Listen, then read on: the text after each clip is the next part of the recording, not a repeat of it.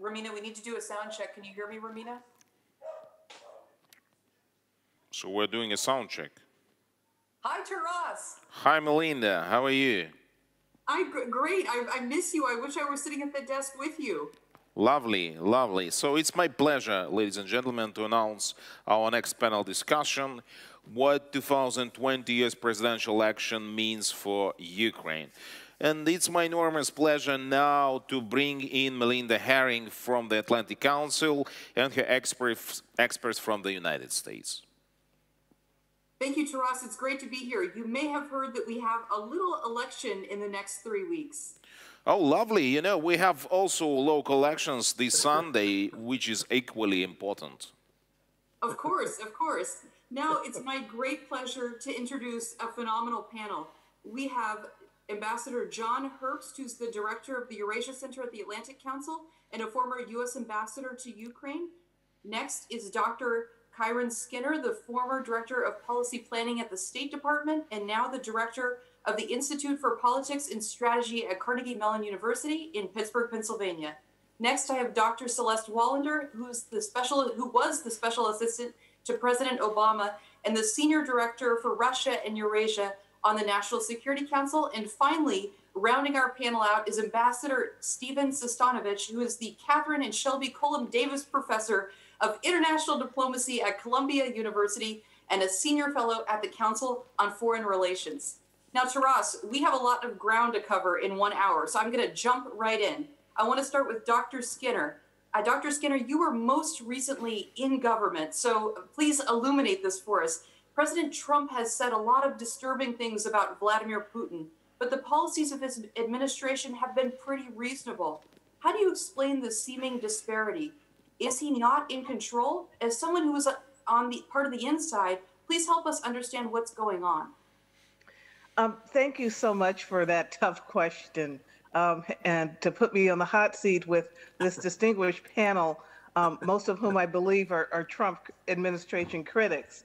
But really, I'd like to begin by saying the Kiev Security Forum is such an important convening opportunity for those of us around the globe that care about foreign policy, the Western Alliance, expanding freedom and values. And it's an honor to finally be invited. I guess I had to survive the Trump administration before I could get an invitation, but here I am. So on this issue of Trump, the president, his rhetoric and words versus the reality of U.S. foreign policy, I think it's actually consistent with the history of U.S. foreign policy, and in fact, U.S. policy, domestic, foreign, economic, throughout our history. There is a durability to the American political system that continues on despite who's in power, despite the words that they use, despite some of the policies that they advance.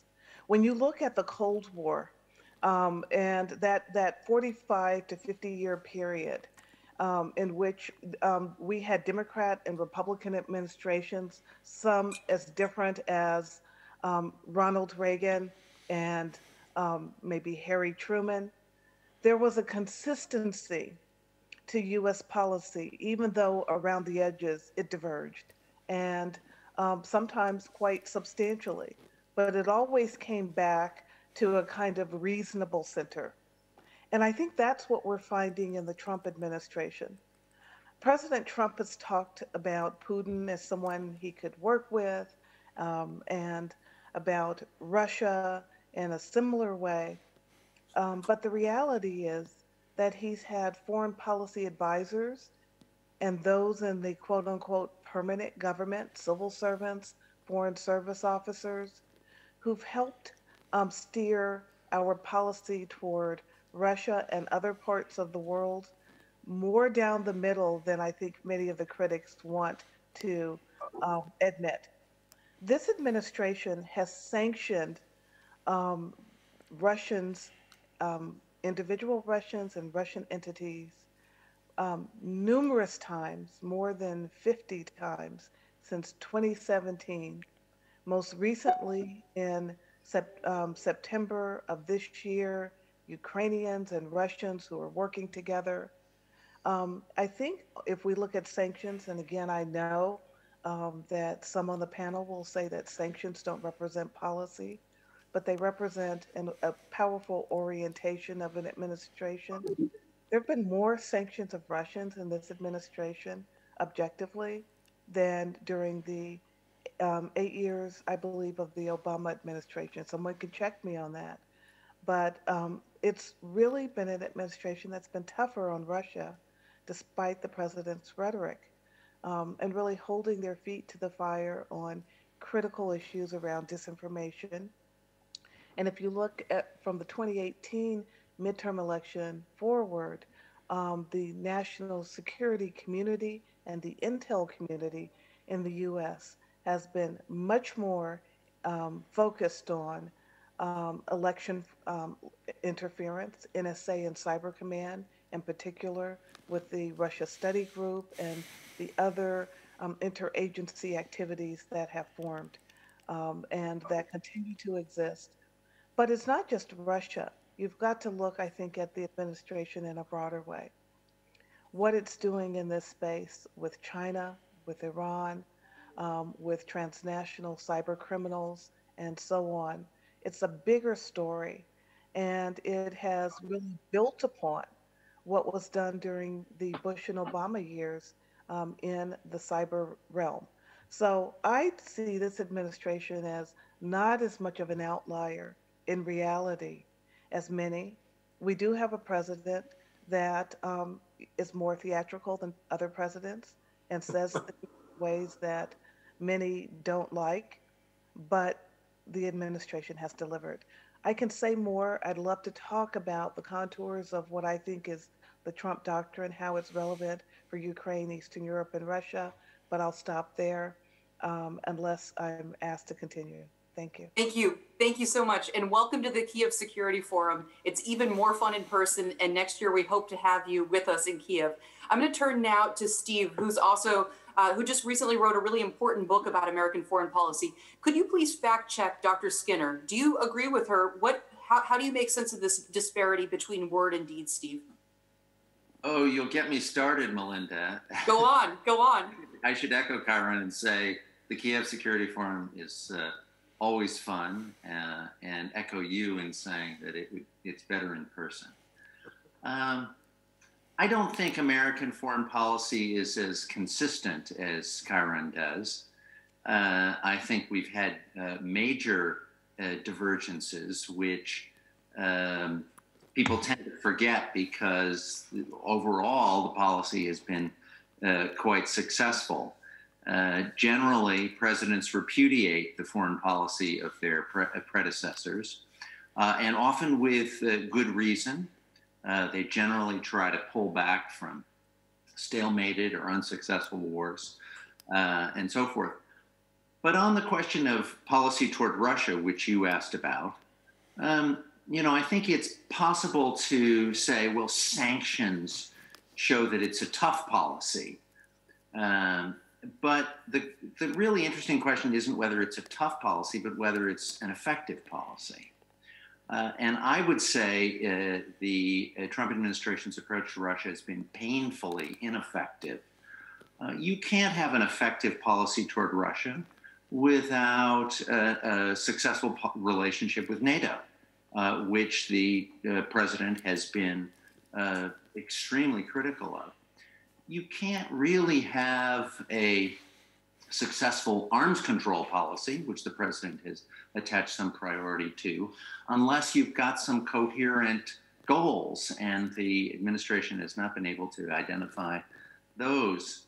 I think the incoherence is perhaps most vivid in the case of Ukraine, where you have had stronger commitment to Ukraine in arming it, and yet no real sustained attention to Ukraine.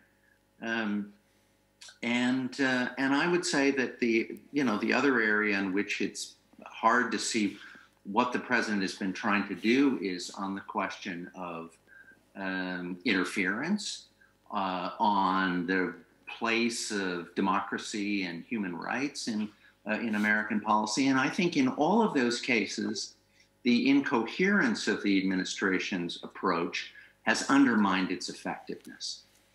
Great, thank you. Dr. Skinner, go ahead and respond. I know you want to. Yes, I do want to respond to those comments. I think I half agree with them.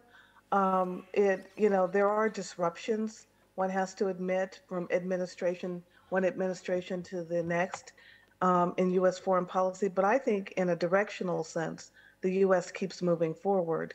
The Trump administration did pull out of TPP, the Paris Climate Accord, the Iran nuclear deal, NAFTA, and recrafted it. And those are big ticket items. No one can disagree with that. But they have kept relationships moving. They have deepened even NATO. I just disagree with Professor Sestanovich on this point, because when Trump campaigned in 2016 on a foreign policy plank, which he actually did, which included looking at NATO and the fact that at that point, of all of the NATO members, nearly 30 countries in the world, only 4 were living up to the Wales Pledge of 2% of GDP toward mutual defense. Since that time, that number has doubled, and hundreds and hundreds of millions of dollars have gone into mutual defense among NATO countries, with even Germany increasing its contributions. It's not lost on this administration and the world that the NATO Secretary General has thanked the American president for helping make his job a lot easier and more effective. I don't think NATO's about to go away. There was a rocky start with the president's rhetoric, but he fingered a problem that President Obama had done the same on, but he's actually delivered on it. So I think that the approach of the Trump administration is different, but the reality, and on some big ticket items, it has broken with the prior administration. But it's also been consistent with the administration sometimes on those very issues. And so I think there's more of a Trump doctrine than people have been willing to admit to. I'll give the contours of that a bit later, but I know that I'm limited in time. I just wanted to do that particular intervention right now. Thank you, Melinda. Great, thank you. Thank you, Dr. Skinner. We definitely want to dig in, and I want to press both of you on how you measure the efficacy of policy. I think that's a question we need to dig in on later. But I don't want to ignore Ambassador Herbst or Dr. Wallander. So let me bring in Dr. Wallander. Celeste, the U.S.-Ukrainian relationship is very tense right now. After impeachment, Kiev doesn't really like or trust the West. Does it really matter if Trump or Biden is elected, since Zelensky and his government are increasingly wary of the West and determined to do things their own way? Thank you. And let me join the chorus of not just appreciating the Kiev Security Forum, but thanking the organizers for allowing us to participate virtually. It's nice to be reconnected. And it's wonderful to be a part of this panel. So thank you to the Atlantic Council, as always, for your work on Ukraine. I very much understand why Ukrainians have come to doubt American leadership and commitment to Ukraine's security. I mean, there is the element of doubt about whether a relationship with Russia is somehow more important to the Trump administration, or at least the White House, maybe not the administration. I take what Kiron says seriously. Such that Ukraine would get thrown under the bus. I mean, we saw indications of that. Michael Flynn was talking about lifting sanctions. We know that the Republican Party platform was changed by Paul Manafort to undermine and pull back on the commitment to a Ukraine sovereign, free, and democratic. So I think there's good reason for doubt. And I'm concerned about that as an American, not just as a Democrat. But I do think that there is an opportunity for turning the corner if there is a Biden administration, because fighting Russian power and malign influence is not just about meeting the Russian military challenge. It is about removing the vulnerabilities that Russia uses to undermine democracy in the United States, but also in Ukraine. And the single greatest seam that allows Russian negative influence in Ukraine is corruption. And so when the United States helps Ukraine to fight corruption, which Vice President Biden led the charge on, and I believe a Biden administration will again put that front and center to help Ukraine, both in terms of its domestic development, what Ukrainian citizens demand of their leadership, but also to remove that seam of vulnerability that Russia so brilliantly and consistently exploits, not just in Ukraine, but in all of Europe, even in more established countries of Europe, in France and Italy. We see this pattern everywhere. And so helping Ukraine become a stronger democracy, less vulnerable to Russian influence, is in the American national interest.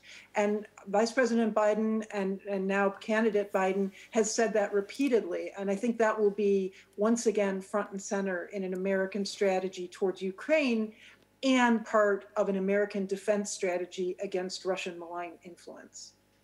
Thanks, Celeste. Ambassador Herbst, let me ask you the same question. Does it really matter for Ukraine if Trump or Biden is elected, since we see Ukraine and the Zelensky administration increasingly turning inward and less interested in what the West has to say? What do you think? I would divide your question into two.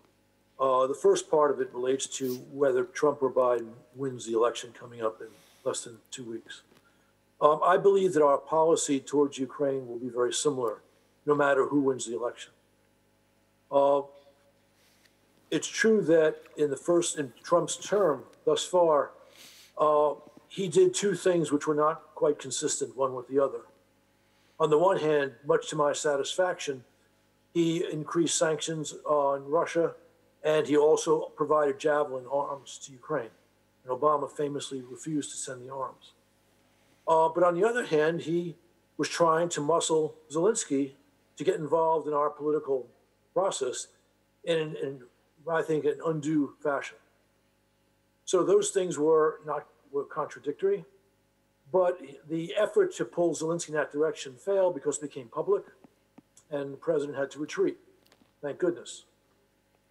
I believe that the policy has steadied since then, and if we have a second Trump administration, it will be similar to what it is right now, without those dreadful dramatics. I would agree, though, with Celeste that in a Biden administration, not only would you have the policy I just described, but you'd have a president who's fully on board pushing this, and perhaps pushing it to greater effect. Obviously, a President Biden would not have the time to devote to reform in Ukraine that a Vice President Biden did. But I think a Biden administration would in a coherent fashion, push in that direction. So that's the first point of your question. The second point relates to Zelensky in the West and the United States. I would say the relationship with Ukraine and the United States is tense. I think we still have Ukraine's back because, as Celeste said, it is very much in American interest to secure Ukraine against a revanchist Kremlin. But it is true that the things that we were doing back in that ugly period from, say, July of 19 to late September of 19 was the use of political influence for use of geopolitical assets for political interests, in ways we often accuse Ukraine of doing, the old corrupt Ukraine. And that has provided President Zelensky a reason to say, well, why do I have to listen to the West? Look what they were doing. And that's unfortunate. But at the end of the day, Zelensky has a choice. He can bow down to Kremlin dictates, or he can pursue policies which ensure Western support. And when it's that choice, the decision, I think, is almost inevitable. And that's why I think, despite the problems we had in the U.S.-Ukraine relationship for a few months last year, it's going to get better. It's stabilized and going to get better under either administration. Thanks a lot, John. Celeste, is John right? Are the policies going to be pretty much the same if we have Biden or if we have Trump? And if you disagree with that, could you please unpack what Biden's policies towards Russia and Ukraine would look like? So I think that what we've seen over the last couple of years is what Kiron has referred to, which is that, well, she didn't refer to it this way, I'm going to, which is that there was and remains a commitment in parts of the Republican Party to a principled foreign policy that is in the American national interest. And that was the reason we saw the passing of CAATSA, which is the vehicle for advancing sanctions. That's why we've seen so much scrutiny on the Hill. It's an element of American democracy. American democracy is not just the executive branch. It is also, and even in the Constitution first, the legislative branch, which is the Senate and the House.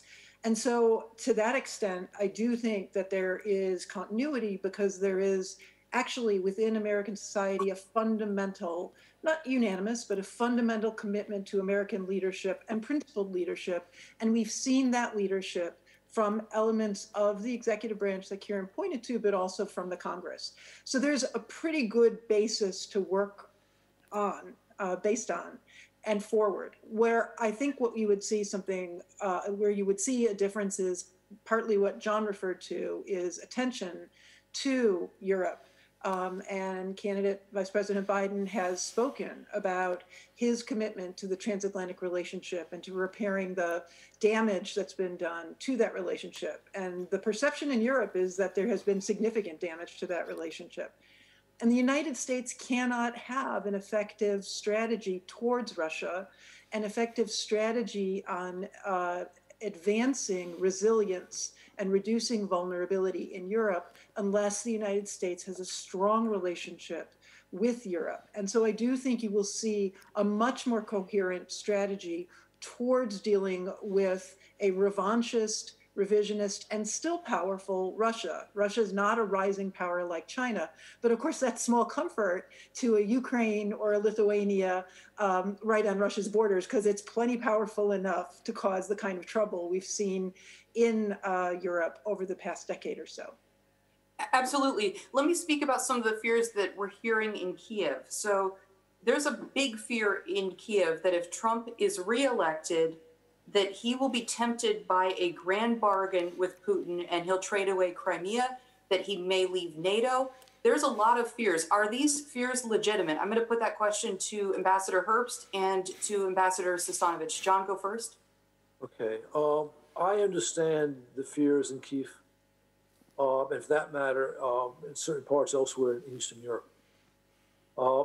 I think this is something which could not be ruled out, but I'd be actually quite surprised if it would happen.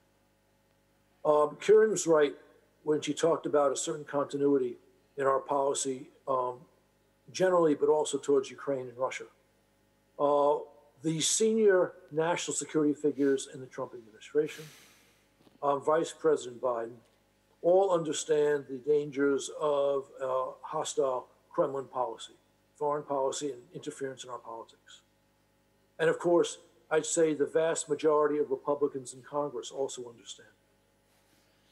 And for that reason alone, I don't see a change of the type you just described, a nightmare scenario. I would add just one more point, though. I've only signed one letter in my life criticizing a presidential candidate, and that was in September of 2016, criticizing then candidate Trump for his nonchalance, if not hostility, towards NATO. I'm telling you that now for one reason. While I agree that his rhetoric on NATO has not been helpful to transatlantic relations, which are very much in our interest, you do have to give him credit, as Kiron mentioned, for getting our NATO allies to pay far more of their share for the alliance. And that is something which is actually good for the relationship, because the United States has been trying since the Reagan administration to achieve that without success. So it may be that Trump's criticism of NATO, which made me blanch, has had a positive effect, which in the long term might help shore up the relationship. Okay, great. Steve, do you agree with that? Isn't Trump going to be freer to act on his instincts, and he won't face another election? So there's an argument, especially among the left, that he's going to be completely untethered. Is that something that we should worry about? One should always worry about the tether restrains President Trump, if there is such a tether. I think one should worry about almost any scenario.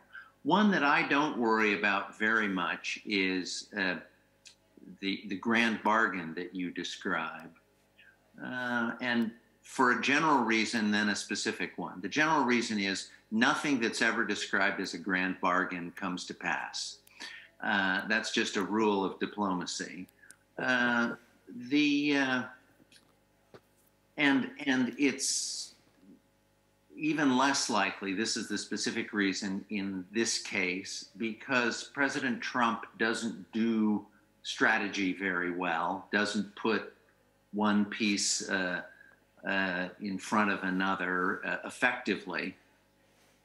But there's a deeper problem, which is that I don't think you could get support within the U.S. government for a policy that was going to be as disruptive in Ukraine as the kind of bargain that you describe. Ukrainian politics could, in certain circumstances that one could imagine way down the road, produce a kind of consensus about what settlement it wanted to reach with Russia. But in the short term, I think that's very, very hard to imagine. And it would be an even more reckless administration than this one would be, I think, that would pursue something that would carry the risk of really breaking Ukraine up. If I could just say one other thing that has been touched on by a number of other people, and that's the way in which a divided administration might operate, or a unified administration. In the case of the Biden administration, John is absolutely right that the president will not have the time to focus on Ukraine the way he did as vice president. But I think you will have a difference from the current administration in the actual empowerment of middle and upper levels of the bureaucracy, people who can speak effectively for the president and deliver on their promises and on their policies. I think in a Biden administration, you might actually get a confirmed ambassador in Kiev. Just a wild prediction. Steve, let me dig in on what you just said. That's really interesting. I've been wondering about that myself. Can you say a little bit more, if Biden is elected, what kind of internal debates do you expect over Russia policy? Is it accurate to describe the two camps within Team Biden as realists and interventionists? Do you foresee debates between an older generation that's focused on great power politics and arms control agreements with Russia, and a younger crowd that favors strong support for the democratic projects in Ukraine and Belarus? Is there tension between those camps? Well, I wouldn't describe it generationally. It's not just the old fogies who are interested in arms control and the young upstarts who are interested in democracy. But I do think you will have some real divides within the foreign policy team about how the different elements of Russia policy fit together. And I don't predict how they will resolve those. I do think, though, that there's likely to be a greater stability, oddly, in relations with Russia, because there will be I would predict, a more coherent policy toward Russia. One of the divides that you didn't mention about Russia is actually how important it is. And Celeste said, well, Russia is not a rising power, but it can make a lot of trouble. Absolutely right. On the other hand, I think looking at the relationship more broadly, a Biden administration will have to decide how much time it wants to spend on Russia. And I think it's quite possible that the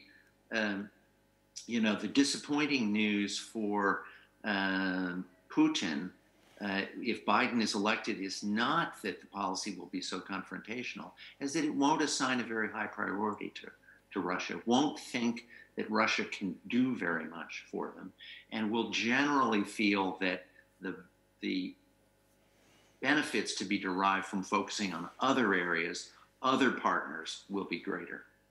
Wonderful, thank you. Kyron, let's talk a little bit about the GOPs. Celeste mentioned this briefly, but I want to hit it directly. Historically, the Republican Party has been tough on Russia.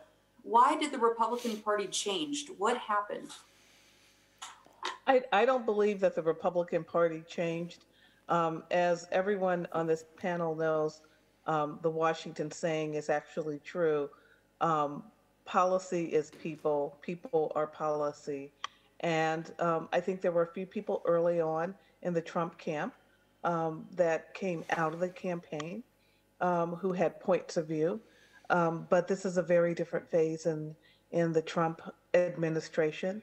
You have to look back at 2016. We had people like Ambassador Herbst, who we really needed on the Trump side, being Trump skeptics. And once he got the nomination, I really do wish if we could rewind the clock in 2016, more of the foreign policy establishment in the Republican Party had come on board.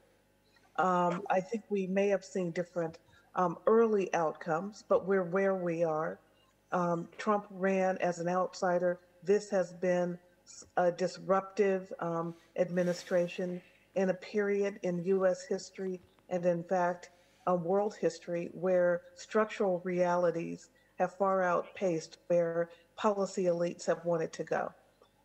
And I do think if policy elites transnationally and in a bipartisan fashion had been focused on those structural realities, we would not have ever had Donald Trump.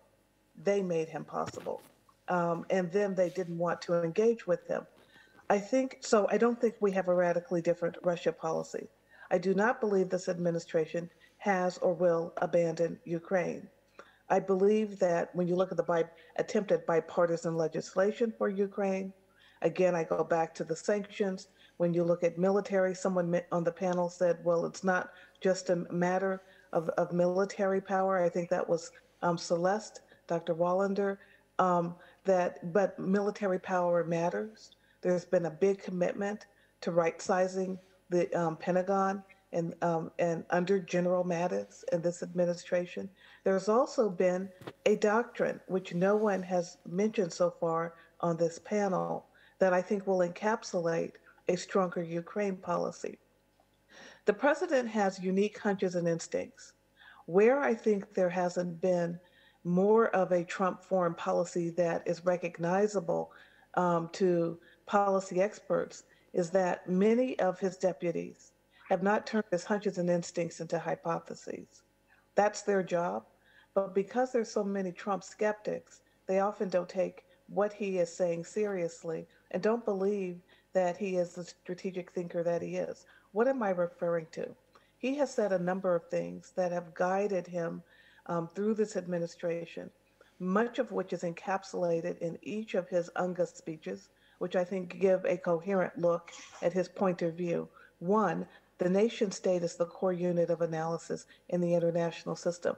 Not that international institutions and norms and regimes are unimportant, but it is the nation state that provides for political and territorial sovereignty, integrity, protects people, provides for social welfare, economic growth, and so on. And he's been really strong on this issue of sovereignty. So much so that he's brought the issue of sovereignty back into international relations debates among many of the foreign policy critics and IR specialists who would otherwise not think about that matter or say that it's been settled. Second, that regional partnerships matter more in this period than in others, and that we won't be creating new NATOs with office buildings and huge budgets and bureaucracies. But we will have and need partnerships like the Quad for South Asia, like building on the Visegrad grouping in Eastern Europe that will play and surge with these regional groupings, will contribute to them in various ways to counter Russia and China. And I think that that's been an innovation of this administration. Third, we've already talked about the Trump doctrine pillar of more burden sharing, for reasons that are not just that you need to put more money into mutual defense, which is the way he has basically said it, but underneath it, you don't get exotic technologies developed. You don't get ready for new threats. You don't put money into R&D if you aren't meeting a certain amount toward defense. That, to me, is the deeper story of what is happening in NATO. That's really profound for the future. You can't win the future if you don't do R&D. And I think his deeper statement or concern was that can't happen if you don't put but so much money into defense. These are some of the pillars of the Trump doctrine. I think that they ground U.S. foreign policy with the past and the future, and they haven't been talked about. In that larger context, I think we will see a stronger EUR, Europe and Eurasia policy in a second Trump term, because again, policy is people. And when you look at who's emerging in the Trump world on foreign policy, it's not the Paul Manaforts of the world, it's not the Mike Flynn's, but it's people who many of us are friends with and colleagues with, and will be working with in the second term. I hope everyone on this panel will join us. Dr. Skinner, who's the big thinker on Russia and Ukraine in the Trump world now? I would love to hear. So I was director of policy planning, which is a longer conversation about can the U.S., given the pace of American foreign policy and the pace of our engagements and our sheer commitments in the world, ever do strategic thinking again? I think it's a real question. And can we even have one office to do it? The demands are so great on the principles. But I was building up a team of experts, and I had perhaps one of my strongest teams was the EUR team, led by Dr. Russell Berman, a German specialist and Europeanist at Stanford University, who was beginning to really craft for the administration a Europe policy. Much of what was being done in policy planning for a better part of a year focused on Europe and focused on NATO and the EU, and making sure that at the more working level, right below the foreign ministers, that we were holding hands and figuring out ways that we could collaborate and build a kind of declaration of principles ourselves that our foreign ministers and heads of government could not, because we aren't politicians. And a lot of that work has continued. It's not been written about. And then working with the Visegrad group and other groupings in Europe, knowing that Europe itself is a collection of nations with very different top foreign policy priorities. When you look at the Med dialogue, which focuses on a set of priorities like Libya that you don't see in Eastern Europe, we were trying to thread needles to bring all of that together. And some of those people will be in a second Trump term. Also, one of the closest advisors to President Trump, who's also supporting him very mightily in the campaign, is Ambassador Rick Grenell, who has, really understands Europe, depends on who you talk to in Germany, but did foster a set of relationships that got the Germans to list Hezbollah as a terrorist organization, that got the Germans to stop the Mohan air flights, that got the Germans to think more seriously about Nord Stream 2. These are big issues, and these people will be very seriously involved in a second Trump term. Okay. And I could mention some more. Thanks so much. Grenell has no experience on Russia and Ukraine. I would not hold him up as an example, but I'm going to let Celeste. Melinda, can I just, since Kathryn has mentioned Rick Grenell, I do think I want to call the attention of everyone in the audience to a fabulous story in the New York Times yesterday about Rick Grenell's latest doings, which were his offline negotiations in Mexico about Venezuela policy, which had people in the State Department all scurrying to try to find out what the hell was going on, because none of them knew anything about it. He was doing this, of course, with the authorization of the president. And that's the problem that you have in an administration where anybody can get a kind of freelance assignment from the president. That's how Rudy Giuliani became a big player in Ukraine policy. And the point that I mentioned earlier about connectivity between middle, upper middle, senior levels and the president is crucial to the way an administration works. And I'm afraid that the improvisational style that we've seen in the Trump administration would be, if anything, intensified in a second term, not put aside in favor of the,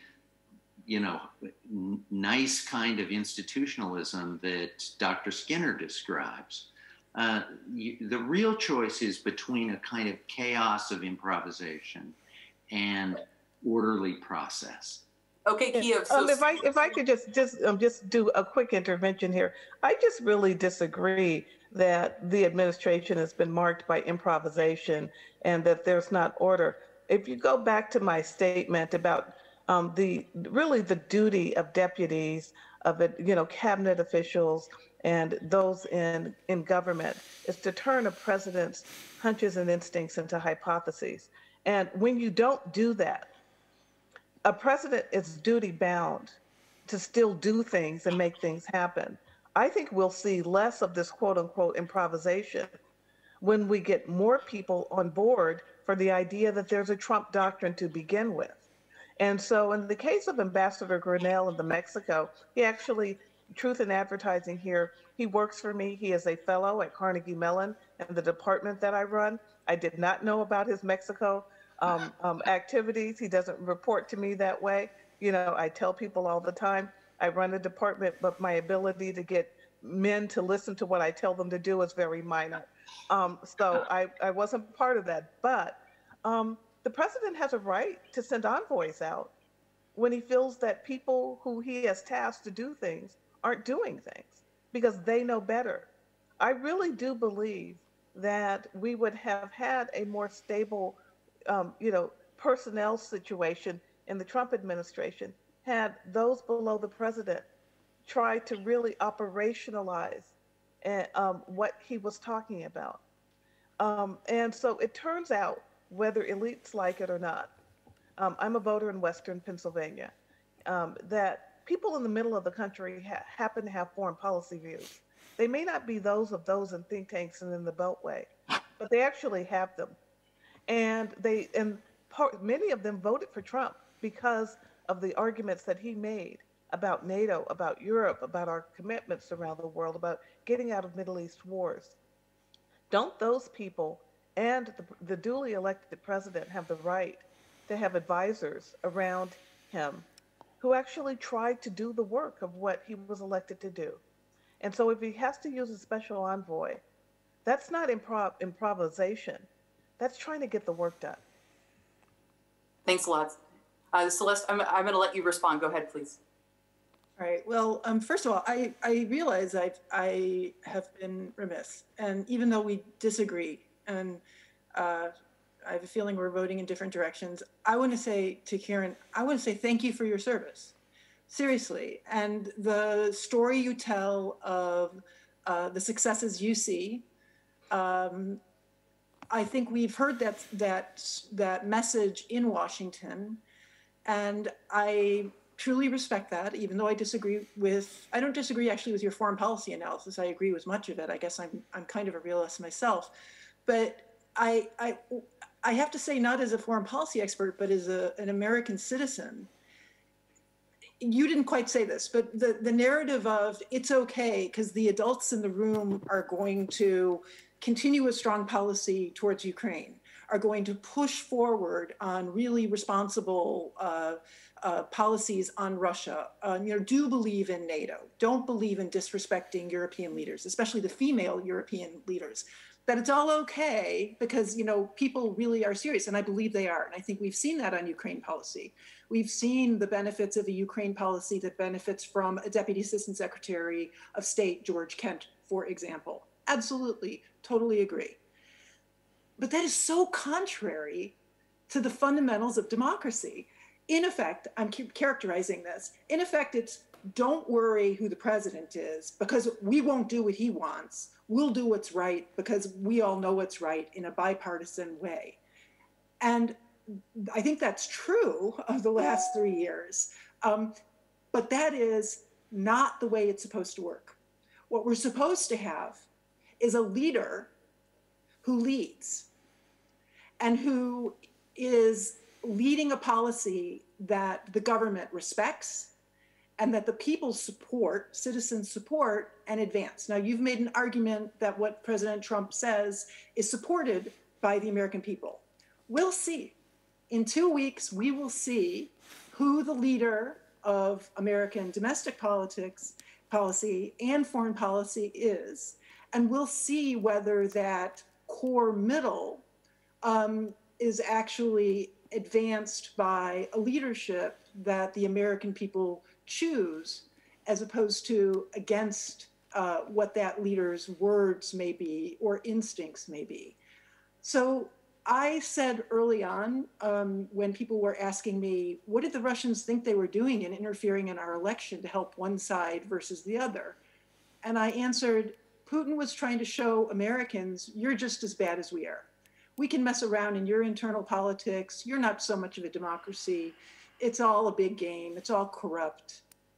And I said at the time, we'll see, because the elections come around every 4 years. And now we're going to see exactly what the American people choose, and we will respect the outcome of that election. And my message to the Ukrainians and the Europeans who are at this Kiev Security Forum is that I believe that we will have that leadership again, that leadership that believes in American national security interests, but believes in order to secure them and advance them, we do it with our allies and partners, and that makes America stronger. And that includes America's partner, Ukraine. Wonderful, thank you. And now I don't want to be accused of just hammering the Trump people. I want to hammer the Obama crowd too. So I have a question for you all. I think we all admit that Russia is a nuisance, even more than a nuisance. Election interference continues unabated, and Russia seeks to undermine us and our allies abroad. Why haven't we done anything, both in the Obama administration and in the Trump administration? Why do we consistently seem unable to deter Russia? Does Putin have secret powers? Celeste, if you could talk about what you all did under Obama, and then Kiron, if you could talk about what you did under Trump, please. Go ahead, Celeste. So I think that one of the mistakes we made in the Obama administration, and I think has carried over into narratives, and I won't criticize the Trump administration, but I think this is a Washington narrative, is that you need to deter Russia. You need to deter Russia in the area of strategic nuclear interactions. You need to deter Russia in terms of conventional military conflict in many places in Europe. It's hard to deter political action, though. And we spend all our time thinking about how can we deter, how can we raise costs, where we really should be focusing on defending, disrupting Russian actions. And you're going to be much more effective than that. And I'll give a quick example. In 2018, it's been publicly reported, US Cybercom focused on some deterrence measures, but mostly disruption measures. And they were effective in preventing Russian interference in the 2018 elections. And in recent weeks, we've heard reports of exactly how Cybercom and the National Security Agency have focused on disruption options and initiatives to stop Russian interference and cooperate and communicate with American social media organizations, companies as well in those disruption operations. So I think that we need to do a better job of thinking, again, of a strategy to cope with Russia. And merely looking at sanctions, merely looking at costs, is limiting us to a very substantial strategic challenge. And we shouldn't be limiting ourselves only to deterrence. And we should be investing in defense, which we started in the Obama administration. And I agree with Kiron, the Defense Department has taken that and gone farther with it in a way that has made America and our European partners and allies safer. Great. Thanks, Celeste. Dr. Skinner? Yes, so you're really trying to ask why we don't appear to have a Russia policy? Is that why is Russia such a nuisance? It's a small declining power. We're the United States of America. When are we going to get rid of this nuisance? They're interfering in our elections. They are attacking diplomats in Cuba, China, and Russia. When are we going to get real? I think we have gotten real, and sometimes the quote unquote declining powers are much more of a problem than rising powers, because they're hanging on to power. But what Russia is doing is not just the mark of a declining power. It has the capacity for lots of disruption, and it already has. It's attacked the sovereignty of Ukraine. It's attacked the sovereignty of Georgia. And for the most part, when these things happened, there wasn't a robust Western response. And Trump was not the US president. The Trump administration has attempted in, I think, a much more coherent way to deal with Russia. It addressed the problem of its violations of the INF Treaty and withdrew. It's attempting to restart arms control with China and Russia at the table. It has taken on the issue, as Dr. Wallander just mentioned, of the cyber challenge that Russia has posed both in elections and in other ways through disinformation campaigns. I think a Russia strategy is emerging, but I think it's going to come in a different way, not just a Russia-directed strategy, but in the Trump doctrine, it'll be part of these various pillars that I've talked about, with regional groupings supporting the United States as it attempts to deal with Russia. We're in a period where it's, I think it was H.R. McMaster who said it, it's America first, but not America alone. And I think he was right in that way. And that was an attempt, I think, to really make a hypothesis out of an instinct of the president. And behind his words were, we're going to need partners to deal with these various challenges. Putting together the right partnership, I think, will be the most powerful way to deal with Russia in the future. Dr. Skinner, you have articulated the Trump doctrine with a lot of fluency, and I hope you'll eventually write a book about this. I think that we would all be really well served from your insights and your experience. I want to turn to John Herbst. I don't want to ignore you. So at the Kiev Security Forum earlier today, an idea was floated by Arseniy Yatsenyuk, former Prime Minister of Ukraine, and I believe that Mr. Tusk, Donald Tusk, has also said this is a good idea. What do you think about this? We raised an idea to have a senior US-EU mission on Eastern Europe. And the idea is how to accomplish the unification of Europe and to bring Ukraine, Moldova, Belarus, Georgia into EU and the NATO. Would this do any good? It's hard for me to imagine this idea gaining traction. Were it possible, I would support it. But I think, especially in the EU, you'd find a good many members who are dubious about this project. And even the United States, it would be seen probably as a bridge too far. The issue of, for example, Georgia or Ukraine joining either NATO or the EU has been very controversial. So you're going to add a far greater controversy to this as you include countries like Belarus with the current unrest there and Moldova. So I think this is an interesting concept, but one which doesn't have a long short life, a half-life. Okay. I want to ask Ambassador Herbst and Ambassador Sestanovich, did you guys want to take a response to any of the things that Dr. Skinner or Dr. Wallander had to say? Can I pick up on what you asked, John? Please. Because I think the idea of EU and NATO cooperation and coordination is hard enough under the best of circumstances. I think when you're talking about something that has such profound implications for each organization's and every member's policies toward Russia. The idea that you could actually get serious coordination becomes even more implausible. And the second reason that it's implausible is those countries all would have a different attitude toward the project itself, and Western governments would have a different view of each of those countries. So I think it's an attempt to bundle together too much when smaller packets of policy choice would be more realistic.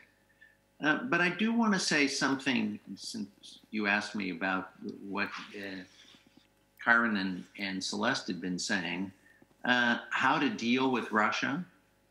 I think, I hope Celeste won't take this too much as a personal compliment. I think the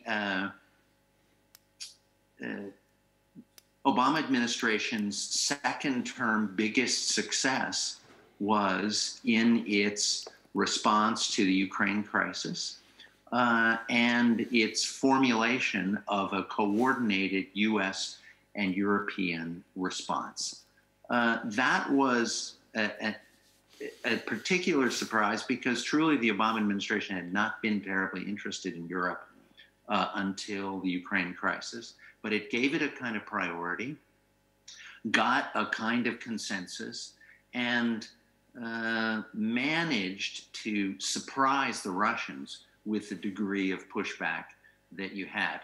I think that will be very much the template of a new Biden administration, is that kind of everyday coordination leading at low levels and every so often coordination at high levels to focus the Russians on something in which there is a complete disagreement with what they have done. And, you know, I think it's great that the Trump administration has added security assistance to that, but I think it's actually been a very small addition and overwhelmed by the other negatives in the approach to Ukraine. Thanks, Steve. Yeah, go ahead. Thanks a lot. We have 3 minutes remaining. Taras Berzavets, would you like the last question? Actually, Melinda. Oh, Melinda, thank you so much for this absolutely fantastic panel discussion. I don't think we have enough time, actually, to go on, because we're about to listen to a special address by Dr. Michael Carpenter. But I would appreciate just very briefly to ask maybe you, Melinda, because we're looking very closely at the U.S. elections, despite the fact that, well, typically, if not Ukraine is not if not discussed during these elections, we won't pay attention to this. We are very much actually confused by the fact that Ukraine was discussed during the first presidential elections. Then President Trump mentioned some episodes connected to the Vice President Joe Biden Hunter Kiron here. But still, are there any chance that Ukraine would be discussed between President Trump and Joe Biden in a sense of what do they think about their policies towards Ukraine? Thanks, Taras. I'm going to pass that question over to Ambassador John Herbst. Take it away, John. I think that Ukraine, specifically as a foreign policy issue, is not going to come up in the remainder of the campaign. This does not really come up during the campaign itself. Ukraine, the peculiarities of Ukraine and its relationship to our domestic politics has come up as part of the partisan fight between Trump and Biden. But beyond that, no. Actually, I'd like to make just one more comment on the previous conversation. I am not a big fan of President Obama and his policy towards Russia and Ukraine. I am a big fan of Celeste Wallander and Tory Newland, and for that matter, Vice President Biden in policy towards Russia and Ukraine. And that points to a certain continuity between the Obama and the Trump administrations. The best work in this policy area in both administrations was carried out far below the presidential level. And I think that's one more point of continuity in our foreign policy. And I think it's worth pointing out, the bipartisan support for Ukraine on Capitol Hill as well. Absolutely. It's not just the DAS level and the civil servants, but it's also phenomenal support for Ukraine that continues on Capitol Hill. Right, right. Thank you so much. And Prime Minister Arseniy Yatsenyuk would like to take a floor for very brief remarks. Melinda. Hi, Melinda. Let me thank you for everyone. Could you switch on?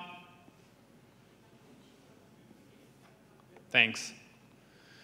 Let me thank you for participation in this amazing panel with awesome panelists, with the brilliant minds of the United States of America. First, I want to wish you all the best. You know, we do believe that American people will make their choice, and United States of America was, is, and will be the strongest ever leader of the free world. And we heavily rely on you, and we still have a deep faith in US values and in our joint values of the free world. But let me comment and react on a friend of mine and very distinguished person, Ambassador Herbst. Ambassador, here is the thing, or here is the deal, okay? Man. In this world, we had plenty of different ideas. And not all of us really trust or believe in the reality of these ideas. I am not sure that the founding fathers of the United States thought that the time will come when the President of the United States will be elected Barack Hussein Obama. I am not sure that in 1940, when Mr. Wallace signed his declaration that condemned an illegal occupation by Soviets of the Baltic states, those who signed this declaration believed that the time will come when all Baltic states will be independent. I am not sure that those in 40s or 60s, when Soviets built the Berlin Wall, believed that Ronald Reagan will go and say, Mr. Gorbachev, tear down this wall, and the wall will fall. I am not sure that people believed that the time will come when Soviets will collapse, but it happened. I am not sure that people believed that when Putin, with his armed to the teeth army, will strike Ukraine and try to invade and conquer Ukraine, Ukraine will stand up, fight, and win this fight, protecting our mainland. So, my message to everyone, we have to believe. Sometimes we have to believe, and in my humble opinion, if we believe, if we dream, and if we stand firm, we will always deliver. We will always reach the target. And our dreams will come true. And my dream is to have Ukraine a member of the European Union and a member of NATO.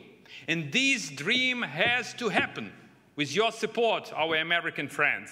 Thank you. Thank you so much. I would like to say thank you to all our American friends, partners, and today's panelists. And thank you so much, Ambassador John Herbst, Dr. Karen Skinner, Dr. Stephen Sestanovich, Dr. Celeste Wallander, and of course, Melinda Herring, my beloved partner in today's panel discussion. Thank you so much, Melinda. Thank you. Thank you. Thank you to Ross. Thank you to Arseniy Yatsenyuk, Danila Lubkivsky, and Romina Shute. It's always a pleasure to work with you. And Arseniy, may it be so. And we're going to help and do what we can from Washington. Thank you. Thank you so much. So, ladies and gentlemen, Пані і панове, завершуючи американську. Ladies and gentlemen, just to finish the American panel, we are all very pleased and honored to hear from Dr. Michael Carpenter, a very realistic candidate for the position of State Secretary, should President Biden win in this election. But nonetheless, Dr. Michael Carpenter has always been one of the most influential people defining policies, including with regard to Ukraine. The floor is yours. Thank you for this opportunity to spend a few minutes speaking about the future of democracy in Europe. I'd like to start with a proposition that the defining feature of geopolitics in the 21st century will be the clash between liberal democracy on the one hand and authoritarian oligarchy on the other. This is a clash between two tectonic plates that is erupting in Eastern and Central Europe. In fact, in some ways, Ukraine is ground zero for this clash. And it's a clash that's taking place both along a geopolitical plane, but also politically, internally, within individual countries. So geopolitically, we see that this clash has resulted already in wars in Georgia in 2008, in Ukraine in 2014, when liberal democratic reforms, and in Georgia, the prospect of NATO membership, in Ukraine, an association agreement with the EU, both were unacceptable red lines for the authoritarian oligarchic regime in the Kremlin that wanted to suborn both countries and keep them within its oligarchic sphere of privileged interests. And so geopolitically it intervened to prevent those reforms from taking root and to prevent these countries from proceeding with their integration into Euro-Atlantic institutions. But politically, this conflict is also playing out across the region. We have seen already how liberal democracies like Hungary have been corrupted and subverted by internal forces that have skewed towards oligarchy and authoritarianism. The pattern is now familiar one. It is one where political forces come to power and establish a monopoly on executive branch functions, and then form an alliance with business elites who are given preferential treatment, either in terms of tax and customs treatment, in terms of quasi-monopolies in certain sectors of the economy, in terms of a preference in the doling out of government procurement contracts. And then these regime-friendly business elites are able to buy up independent media. They're able to finance politicians, to bankroll parties, and generally to do the political elites' bidding in the economic arena. The merger of political and economic resources in the hands of a narrow elite is the defining feature of authoritarian oligarchy. And it trends towards authoritarianism in many cases, precisely because it restricts competition in the political arena. But the thing is, authoritarian oligarchy can coexist to a certain degree, or at least we've seen it coexist, with nominally democratic institutions. Take the case of Putin's Russia, which has nominally independent political parties, a nominally independent judiciary, and pluralism of the media, at least on the surface. But when one looks a little bit deeper at the institutions of Putin's Russia, one sees that they are subordinated to the political elite in the Kremlin, and that opposition parties really are not true opposition parties. They are pocket parties of the Kremlin. Nominally independent courts, in fact, take their orders through telephone justice, where verdicts are handed down by phone from the political masters in power, and so on and so forth.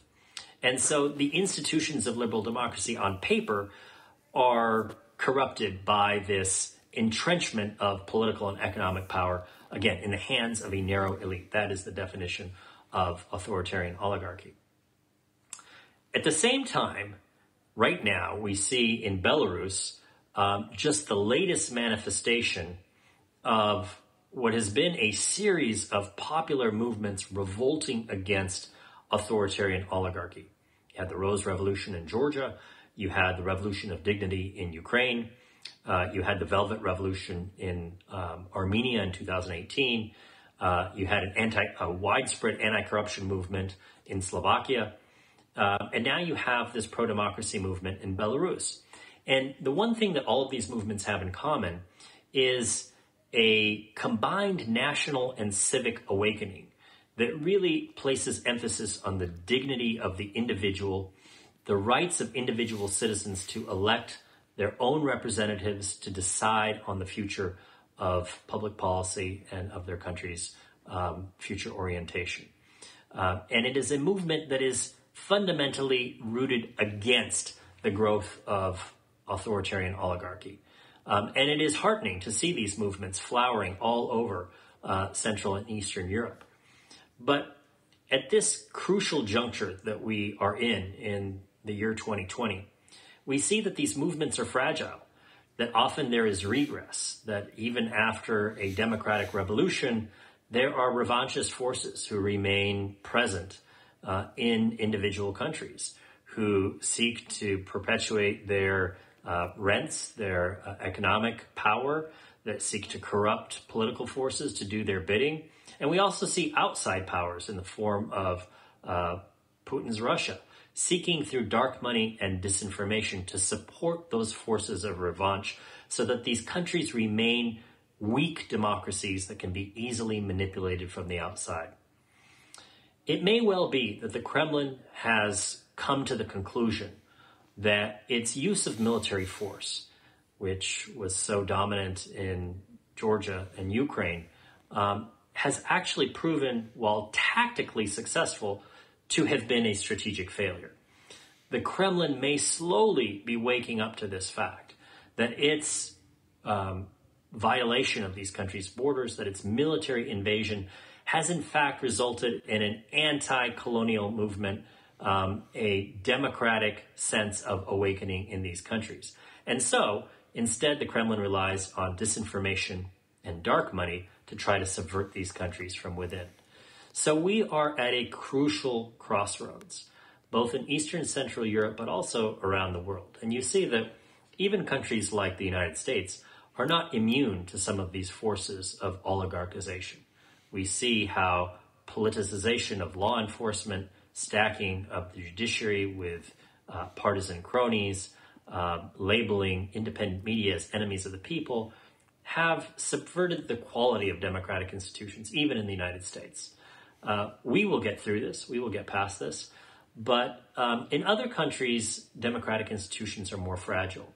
And now is the moment for renewed unity on the part of the United States and its European allies and partners to invest in pro-democracy movements, to stand with the people of Belarus, to stand with those reformers in individual countries who seek to create politically independent anti-corruption institutions, who want to establish a business climate that is conducive to foreign direct investment and prosperity, who want to push back on some of these entrenched political forces that seek to consolidate power and tilt the playing field against their opponents.